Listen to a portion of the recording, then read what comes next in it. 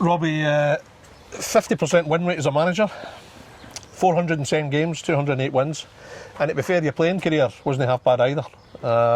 Hearts, obviously, especially. You won the Scottish Youth Cup 1998 with Hearts, but then 8 years later, with the first team, you win the Scottish Cup as well. Fair to say Hearts is a special club for you? Yeah, it definitely is. You know, I'd obviously started there, I think, like you say, 96, Jim Jefferies brought me in.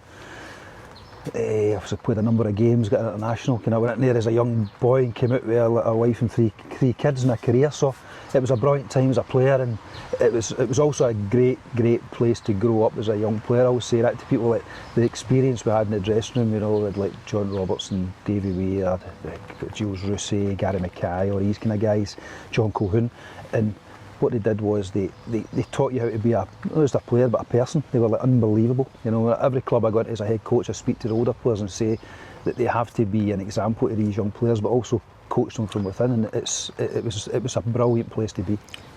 Not just proper footballers, but proper men. Proper people. To be honest with you, just like, you know, proper guys looked after the young ones, would guide them.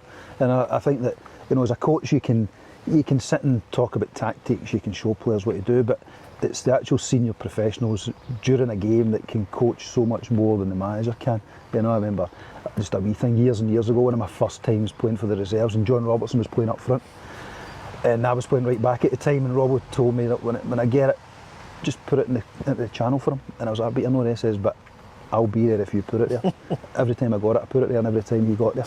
And it was just a wee thing like that, small details that you when these senior players give you that, and the senior players at Hearts were absolutely brilliant. That's a priceless apprenticeship, really. Do you feel extremely fortunate that you had that calibre of individual and pro? Massively, you know, when you look at a lot of the guys that came through at that point have stayed in the game, you know, like Gary Naismith became a manager, Robbie Horn became a manager, you know, loads of different guys that have stayed within the game, whether it be head coaches or whether it be, you know, assistants or whether it be in academies, like Alan McManus has been at St Mirren for years. He came through it all, you know, so it was a real good grounding for young players. I mean, you had something like, I think, 96 you went to Hearts as a youngster. You did a couple of years in the Rangers youth setup. It didn't work out for you, but 96 to 2009 at Hearts, memorable moments. You know, as I said, you won the Youth Cup in 98. That would have been huge for you. Was that the big moment that told you, you know, I could make it as a player here? I think that, you know, obviously I was at Rangers as a young kid coming through, and I get released from there. It was probably the best. Although it was extremely hard, you know, at that point, you kind of take it to heart and you feel kind of really disappointed. It was probably the best thing that happened, because it gave me the chance to go somewhere and get into the first team and get training with the first team really, really quickly. And again, that was one of the key things. Jim Jefferies would get the young players involved at pre-season. You go away with them. You would train quite regularly with the first team. We had Peter Houston, John McGlynn. So Peter was the reserve manager, John was taking the 18. So again, two really coaches. Good coaches. Paul Hegarty took the reserve team. You know, so it was a fantastic place to grow up as a young player. You really were blessed in that respect, weren't you? I mean, the people you've mentioned are top notch. They are, yeah. You know, people, coaches. Just like not just coaches, but people. You know, like John was brilliant. John McGlynn.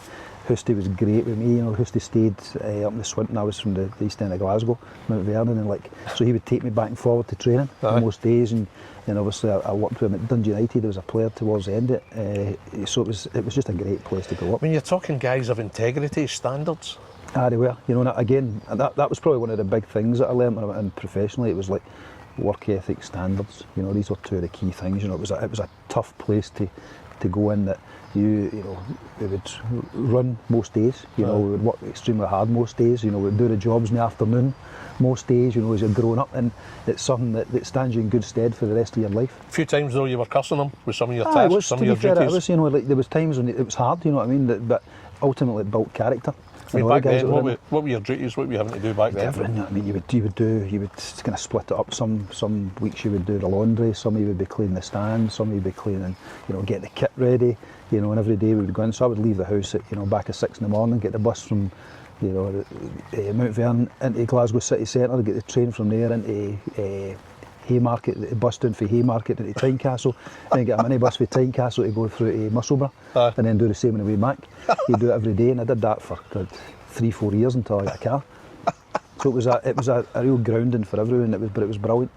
young footballers now don't know how lucky they are. It's a different world, but now, the kids are the same. You get lifted and laid. But back then, even when I was at Rangers as a kid, I would, I don't know, 12, 13, 14-year-old, I'd be getting the bus in the underground myself into training.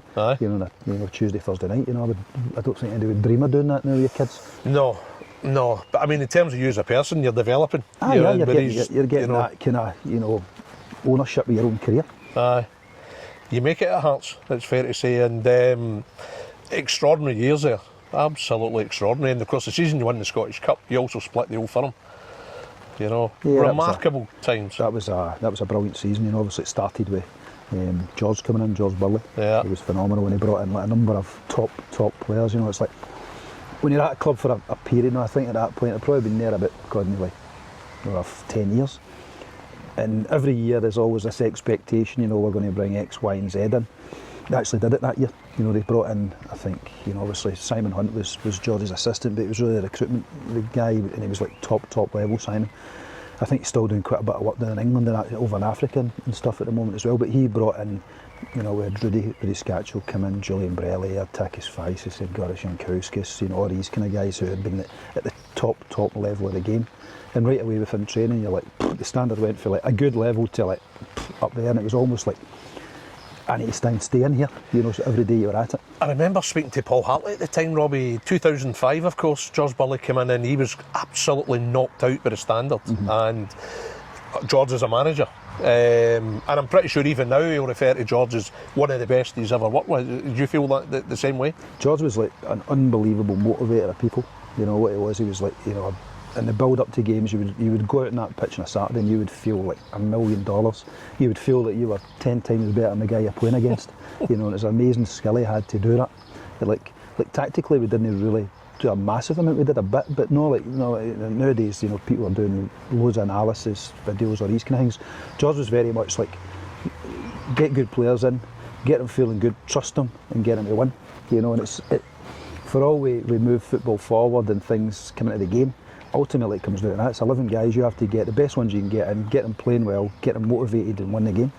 It is amazing though, Robbie, and no matter how much the game advances, data, technology, AI, whatever you want to call it, it still comes down to the basics, doesn't it? Man management, I still think for a player. I think that for me, just instincts. It comes down to people. You're dealing with people at the end of the day. Yeah, they're people that play football. Yeah. So you have to get the best people you can get in. Yeah. Yes, they're good players, but then you have to manage them and you have to get the best out of them as much as you can and make them comfortable. I think a lot of times now you see a lot of teams that they're playing the style that the manager wants to play, when it doesn't really fit what the players want to play. That makes them comfortable, because ultimately when you get on a football pitch, you have to feel comfortable. To get the best at you. Is that the biggest thing you took from the managers you worked with when you then became a manager yourself? That particular quality, how to look after players? You take loads of different things out of different people, some good, some bad. I've had loads of managers over the years, some top managers, and there be certain things that they do that you're like, I need to do that. But I think the biggest thing is realising that you're dealing with, in your squad, 24 different people, so you have to manage them all differently and try and get the best of them. And that was a diverse squad, wasn't it? You've got so many different nationalities, and then you've got yourself and Craig Gordon, Stephen Pressley, Paul Hartley. So you've got the top Scots, and then you've got real high quality foreigners coming in as well, and the mix was... But I think the biggest thing for me was the dynamic of the people within the group. I think everyone had respect for each other, everyone knew their place within the group. We had certain guys like Rudy Scatchell was the finisher. He was the guy that would have the moment, and Paul partly was the same, but you'd other guys who, you'd Stephen Pressley, Andy Webster, who were the solid base of the team. Julian Brelli was the guy that would go and disrupt everything, so that was his role, and everyone kind of knew their role within the team, and I think that's a big part of building teams, is that you can't have 24 egos. Everyone has to understand where they are within the group, and I think not only did the squad have that, George built that as well. Was that the most memorable season of your playing career? Probably is, aye. It probably is. It's probably the most memorable. There was an opportunity there where we'd have done it. I don't know, with things that happened in the background, obviously, but there was a period there where we were a top team. It was electric, wasn't it? I mean, the first 9-10 games were sensational, and people were beginning to think, well, hang on, because obviously Gordon Strachan had come in for Celtic. Celtic were in a transitional period. I think for Alec McLeish at Rangers, I think there was beginning to be kind of the financial kind of issues, cutbacks. Suddenly there's Hearts, and what a force you looked. I think like confidence-wise, it's like anything that's like, you know, I spoke before about, you know, the management. You win the first couple of games. That when we won the first few, we started to believe, and the fans believed, the club believed, and it started to build from there, and it built and it built, and it just continued. You know, ultimately, like George moved on. It took a big hit after that, but we still managed to maintain it a wee bit. But after that, it was always a wee bit different. Did George have the team at a place where you thought we could take on anyone here? He did, to be fair. We could beat anyone here. Yeah, you know, we're going to we go to Ibrox, go to Parkhead, and you were like, you can win here. And I think that's a big part of Scottish football, to get teams to go over that. Yeah. You know, have that belief that you can go to Parkhead, you can go to Ibrox, and you can win there. Because it's a difficult place to go, but you have to. There's no point turning up if you don't believe you're going to win it. And I think George created that in the team. How good is it as a footballer, Robbie, when you've got that mindset and everything? You just feel you're flying. It must be brilliant getting every day. It's great getting every day, and it's great going to games as well, because you're looking in the dressing room. You get guys that, you know, Ed Garris had won the European Cup with Porto. Takas had won the European Championships with Greece. You know, I think every single player within the group was an international. You know, which is probably unheard of now with the old firm. You know, but at that point it was like, you know, I was in there and I'm like, you're almost just trying to keep in with the group and keep on their coat strings, because it's like, you know, you want to be part of it.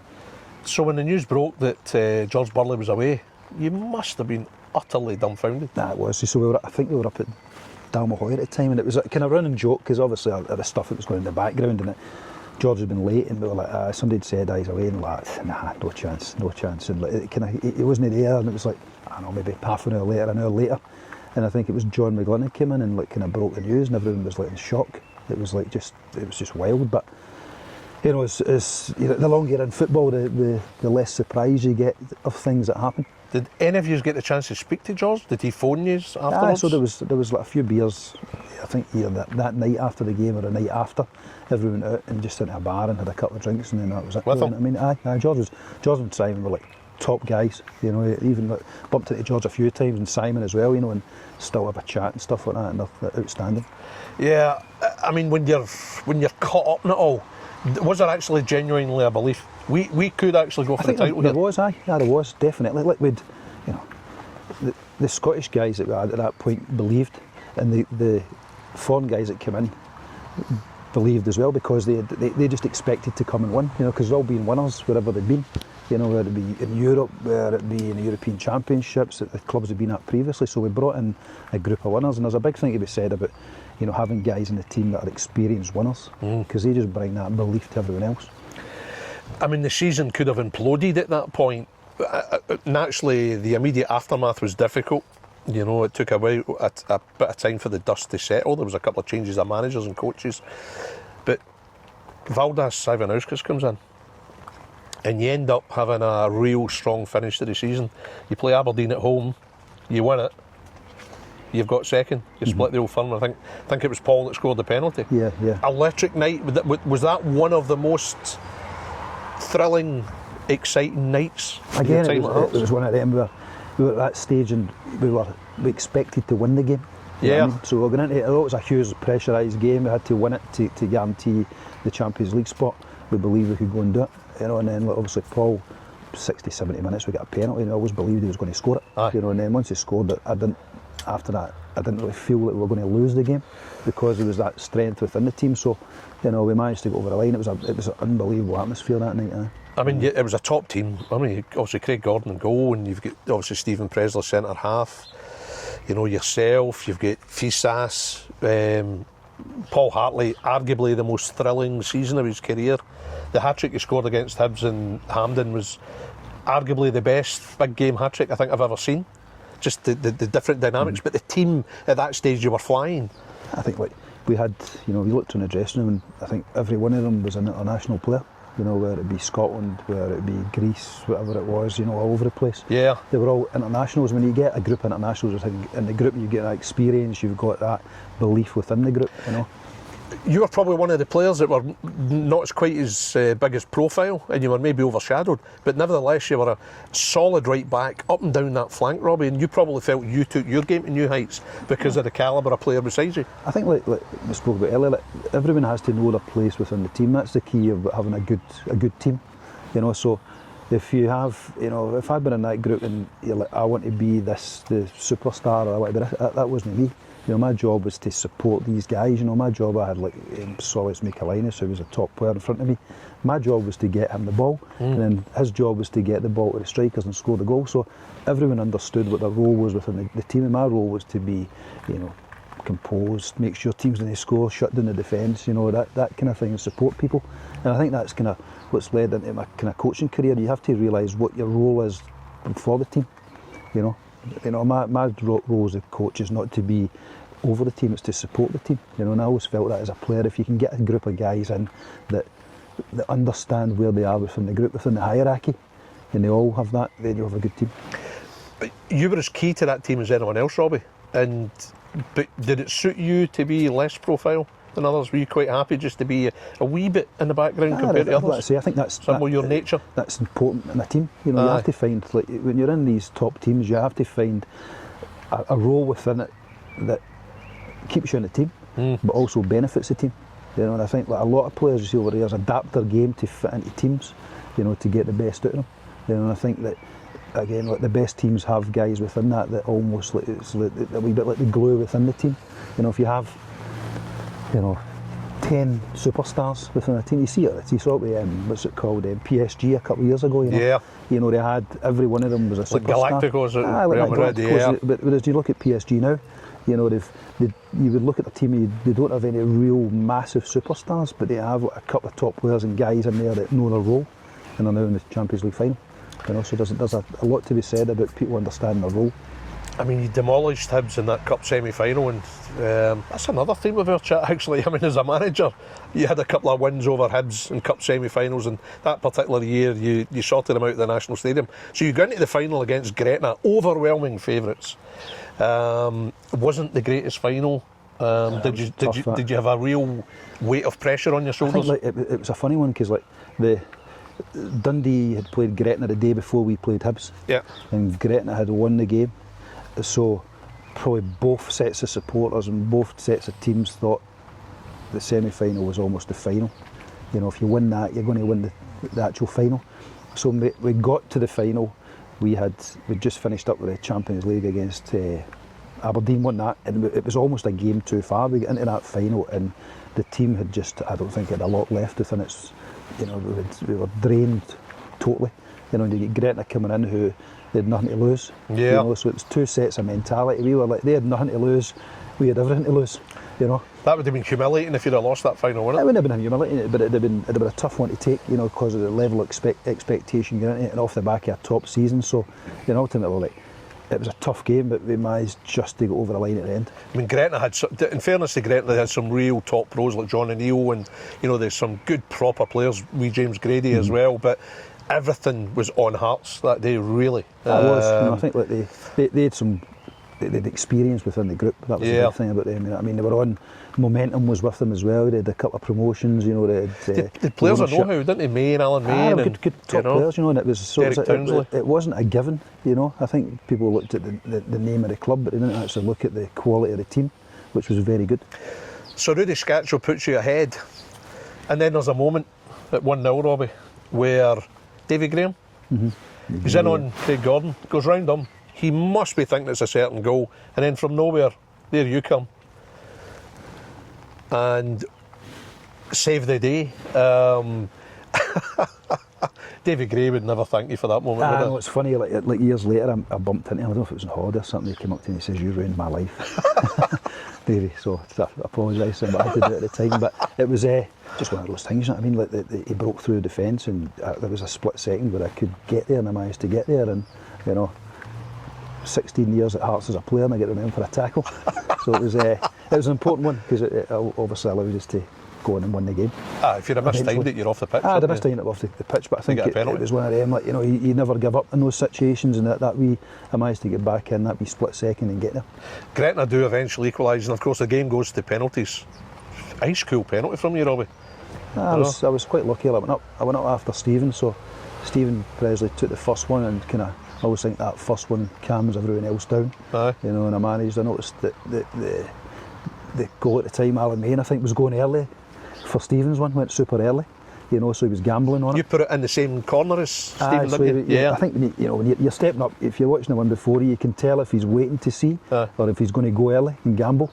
So with Stevens, he gambled. So when I went up, I kind of just waited at the last minute for him to go, and I just rolled it in. So it was there was a lot of pressure going up there. I think till you experience that 40-yard walk in front of 52,000 people, I don't think you can really prepare yourself for it. What had been your career penalty record like at that point anyway? God, I don't know. I think I'd scored one before up at Ross County in a cup game for Hearts when I was young. With 20 something like 21, but I hadn't taken many, wasn't many a goal scorer, but I was confident, I mean, I think that, like you spoke about earlier, that point in the season, we were confident, I was in confident place, and I was like, I'm going to score it, so thankfully I did. That moment, I mean, what's your memories like? I mean, must be fabulous moments afterwards, because at the end of the day, you've won the game, that's all that mattered. And what were the celebrations like afterwards? It was funny, I was, as soon as Craig, I think, saved the last one, I didn't run away down, I went round the Gretna players, because I've been in those situations before, you're that close to winning and you get beaten, it's difficult, so I think you have to show a bit of humility to them. Did you know a couple of them as well? I knew a few of them, aye. I know boy Gavin Skelton, I played with a couple of them actually as well over the years, so I just went out to them first, and then also at that point it was almost a relief for us rather than a joy. It wasn't until probably later on that you start to enjoy it a wee bit more. But the open top bus going through the capital must have been... That's brilliant, aye. Because phenomenal. I'd kind of experienced that a wee bit in '98, I wasn't in the squad or anything, but I was running about the squad, so we were involved in that as young players. To see it was phenomenal, and then to be able to do it yourself was unbelievable, Aye, I mean, great times.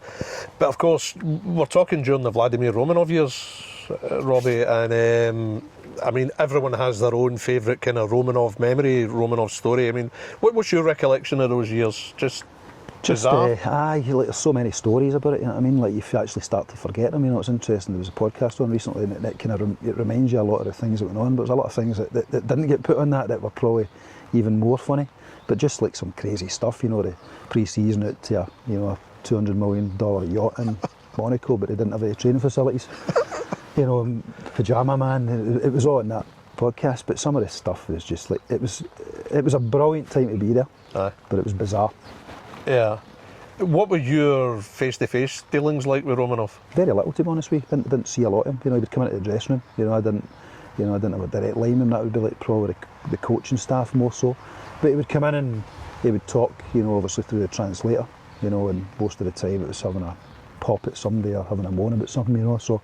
But that was it was an experience, put it that way. There's a lot of mixed views on the Romanov era at Hearts. Obviously, I mean, the club's financial crash and the club could have gone to the wall, but then you've got the Scottish Cup success, you've got second in the league, Champions League, the calibre of player, that initial period with George Burley, Hearts fans will, forever love. So, on balance, was he good for Hearts or was he bad? It's difficult, it's the kind of yin and the yang of it. You're like, if he hadn't come in, the potential would have had to have sold the stadium, had to have moved, what would the club have been then, I don't know. Yeah. But then obviously came in, invested a lot, and then at that side it went into administration, but then it's rebuilt again, and it's now, in a great place at the moment. So, I think it's looking back, it's just trying to, have a bit of enjoyment at the time it was there, because ultimately, most football clubs go up and down, most of them are just crazy places to be. I think we often wonder if he'd just been a wee bit less mad, or less irrational, what it could have been. But then if he was a bit less, or more stable, should we put it that way, if he was a bit more stable, then we might have not had the success that we had at the start, because he'd have probably looked at it and not invested as heavily as he did. Yeah. So for all the back end issues that were really difficult to deal with, because I was there at the time, he had that success at the start, so it's a difficult one, the issues that you would change, but there's also issues that you would love to see again. Before you left Hearts, did you deal with him directly over your contract? Or was it one of you? No, it was one of the guys that worked for him. God, I can't remember his name. Fedotovas? It was Sergei Fedotovas. Yeah. So I dealt with him. Yeah. You know, but I just felt at the time, you know, that's You were captain, of course. I was captain at the time, but yeah, it was starting just to get a wee bit crazy, to be honest with you, or crazier, put it that way. Aye. You know, there was a lot of issues with late payments, non-payments, things like that, you know, and so I was dealing with that, and back then I used to get paid weekly. So I used to have, like, on a Friday morning, I used to get paid a Friday morning, it would come in, I would be getting, like, you know, 7, 8 o'clock in the morning, I'd be getting texts off a lot of the players, not been paid again, not been paid, you know, so I'd then need to go and speak to the Sergey, try and find out what's happening. 9 times out of 10 I get paid. A lot of the time it would, you know, sometimes it would take 2, 3, 4 weeks to get paid, so it was starting to, you know, I had that feeling it just wasn't going to last. You know, were you married at that time?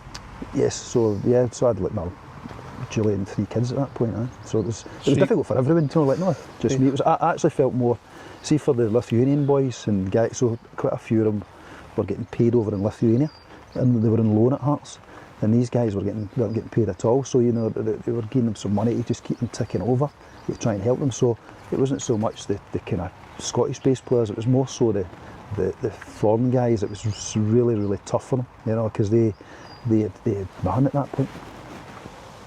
You get a testimonial with Hearts in 2008, you leave them the following year to head south to Leicester City. Some of the managers you played for at Leicester City in such a short period of time, Robbie, I mean, Nigel Pearson, European Cup winner Paulo Sousa, and then right at the end a certain Sven-Goran Eriksson. Absolutely incredible. It was a brilliant place to be. You know, it was just a top club, top, you know, family side of things, in that they really looked after you. The community was great, the lifestyle was great, the fans were great, and I absolutely loved it. You know, I didn't play a huge amount of games, I played about 30 odd games for them, but it was just great to be there. And, like, manager wise, like, obviously Nigel was, like, top, like, really, like, a real man's man and a leader. You know what I mean? Then you had Paulo come in, who was a bit more tactical. It was at the start of his managerial career, but you could sense that he just had a kind of presence about him. And then obviously Sven came in towards the end of my time, and I probably had about 6 months with him, and he was like, it was interesting because he didn't really do a lot of tactical work, but what he was really good at was man managing players. You know, he had his assistant, I can't remember his name, but so assistant took most of the training, the tactical work, but Sven would spend a lot of time with the guys that weren't involved, so the non-starters. So I wasn't playing a lot then, and every Friday he would sit down with you, and when you left that room when he told you weren't playing the next day, you felt like $1 million. I don't know how he did it, but it was just top level at dealing with people, and I think that's why he was so successful. Do you feel it was a privilege to have even just had a short period of time with somebody as illustrious, you know, in football as I think, like, when you Sven-Goran Eriksson? When you go into coaching, you take a lot of things from the managers you work with, players you work with, you know, and some good, some bad. But when you work with a guy like Sven, you know, you take a lot of the good points, and a lot of the good points was, like, dealing with people. You know, a lot of it's like no tactical, no really, you know, about football. It's all about treating them as a person and being respectful and that. And Sven was top level at that. Was he quite a quiet man? Quite a quiet very, character, very quiet, and quietly spoken. And never raised his voice, never imposed himself on anybody, just spoke to people. And, you know, like, the higher up you go in the game, the more that becomes prevalent with the coaches, because they're dealing with top players. Yeah. You know, at that point, obviously, he'd been England manager, you know what I mean? He was like the best players in the world, and, you know, you don't deal with them by shouting at them, you deal with them by, you know, speak to them as people and getting them on side, and Sven had that about him. He just had that aura. I mean, you'd almost 250 games for Hearts, and then you've gone down south, which I think that's a feature of your career, Robbie. You like challenges, you like taking yourself out of. You just want to go different places, you know, round yourself as a player, and obviously round yourself as a manager. But I mean, your experiences down south as a player. I mean, you had a long period at Brentford, a short period, and yet you get a Wembley final. Mm-hmm. The Football League Trophy final against Carlisle United. You lost 1-0, unfortunately, but just playing at Wembley, 40-odd thousand. Aye, it was one of the reasons. Like, and you had a certain teammate that day that's currently on Celtic's books. Jeff Sloop, so Jeff stayed in telling me he did. He's a brilliant guy, lovely. He was only a young kid at Leicester at the time, so the two of us went on loan together. Stayed in the hotel, we were only there, I don't know, 3-4 months, something like that. But again, it was a great experience, and it was one of the reasons I left. I decided to leave Hearts as a player. Like, at that point, I was gearing up to go into management and coaching, and I felt that I had to go and try and experience something different. Broaden your horizons, yeah. Yeah, because I feel that, you know, and it was a massive learning curve for me, because, like, when you've only been at one club before, really, in your home nation, you know, any guy that's coming in from another country or another culture has to adapt to it, but I had to go and adapt to these different places. So it kind of teaches you what it's like to be on the other side of it. So it was great going to Leicester. Going to Brentford was great as well. We had Mark Warburton was there as the sporting director at the time, so we worked under him a bit. Again, a fantastic club, and you could tell that they were just starting. Matthew Benham had just taken over, and they were just starting to move into the kind of stats side of things. They were starting to develop a training ground, and you could tell that just the way the club was, the feeling about it, and again, really good with people, rather than players. It's about the people there and the staff and the players. You could tell they were going to start to kind of push up the leagues. Of course, ironically, you've just come back from the USL and Mark has just headed out there. Actually, so I met him out there a couple of times actually. So in Jacksonville. He's taken over at Jacksonville, so it's a fantastic project for him. So he's going out there and he's going to be running the whole football department of I think everything. So they have like a men's team, a women's team, a youth academy, which is like massive. I think like 6,000-7,000 kids involved in it. So it's a great challenge for him, and I think he's really looking forward to it. We talked about career highlights, and obviously we mentioned the Scottish Cup final. We have to mention your Scotland cap. 2006, Ukraine away in Kyiv, Euro qualifier, Walter Smith picks you. That's a magnificent moment for you, isn't it? It was probably winning the Scottish Cup and getting the Scotland cap or a start for Scotland was probably the biggest thing for me. I think when you're a young kid, when you're playing up the park with your pals and in a garden with your brother and stuff like that, you dream of winning a cup, which I managed to do it, and you dream of playing for Scotland. So to be able to do that was great. I only got one cap, but one was enough for me. So it was a fantastic experience, and you always look back at it when you're a national player. I'm imagining your father would have gone to most of your games as a player. I don't suppose Kyiv. Nah, I didn't Kyiv was, that's probably one of my bigger regrets, that I didn't manage to get him out, because I didn't find out until I think either the night before or the morning of the game. We couldn't get my mother out, so we watched it at the TV obviously and enjoyed it, but it would have been fantastic to have him there. They would have been straight on a plane if they could have. They would have been, but it was just too late to get him out, and I think I'd also hoped that he would get another cap and he'd get a chance to maybe see you at Hampden, but it just never happened. But it was live on TV.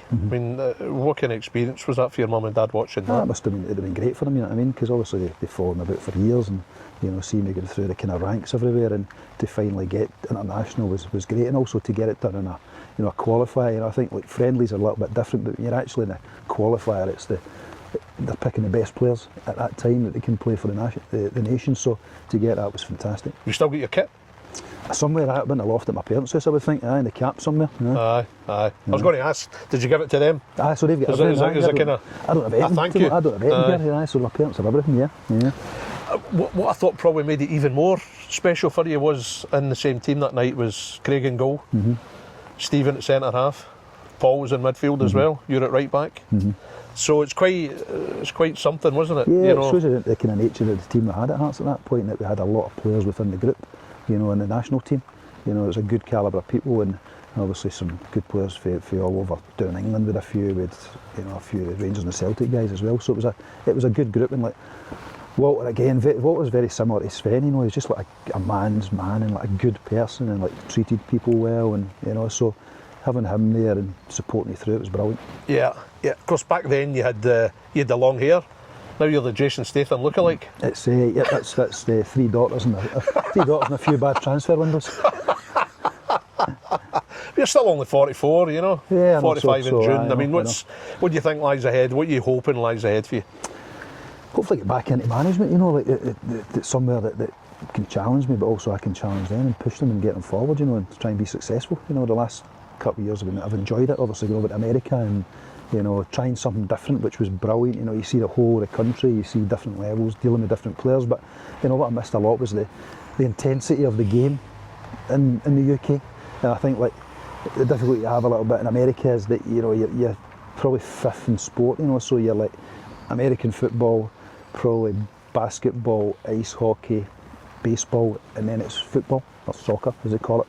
So there's no real intensity, people don't really get up for games, it's just more of a kind of show. Yeah. And I really, really missed that, so I want to come back and feel that intensity, feel that build up on a Friday, build up on Saturday before the game, the tension of a game and the enjoyment of winning.